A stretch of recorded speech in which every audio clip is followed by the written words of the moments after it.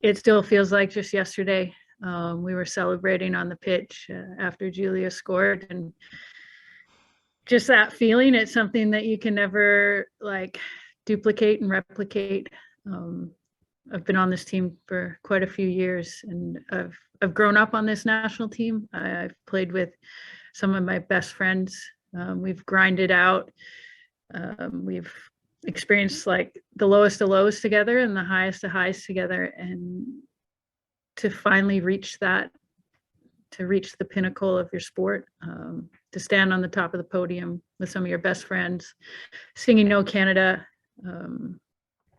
Yeah, it's just something obviously I'll never forget, and it's something that no one can take away from us. It's something we achieved, to be the first, Canadian team on the top of the podium.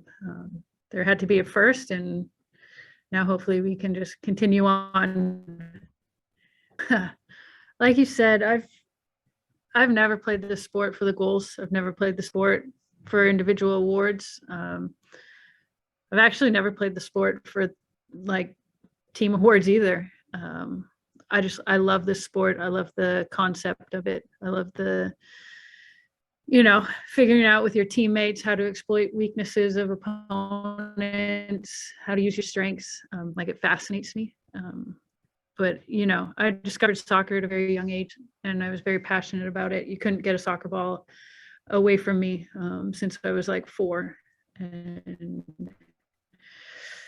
yeah, this is something that I'm sure when my career's done, I'll look back on this recognition and be like, that was pretty cool. But I think it just goes to show that the progress that our national team has made, our program has made, the growth of the NWSL, and the growth of women's football, to be honored as the first, even makes it that much more special. Yeah, I mean, obviously, I'm incredibly grateful for this award. I think it goes to show the longevity and the impact I've had over the years. But yeah, I do think the FIFA awards have come under, rightfully so, some scrutiny. I've been out training since my award was announced, so I just was able to quickly see the awards given out today. And it's especially on the women's side that, I don't understand some of the names on the FIFA 11.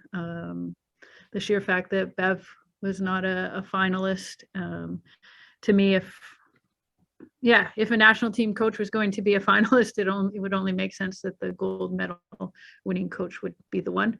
And then someone like a Steph Labe, I think she was robbed as well. But I think, the women's game is growing. It's growing in its recognition around the world. But I think a day like today goes to show that there's a lot of work that still needs to be done on the women's side of the game. Unfortunately, no, I don't think it's going to change much. I would love to sit here and say, yes, the world has changed in the past 12 hours, but no. As female athletes, we know the fight we have.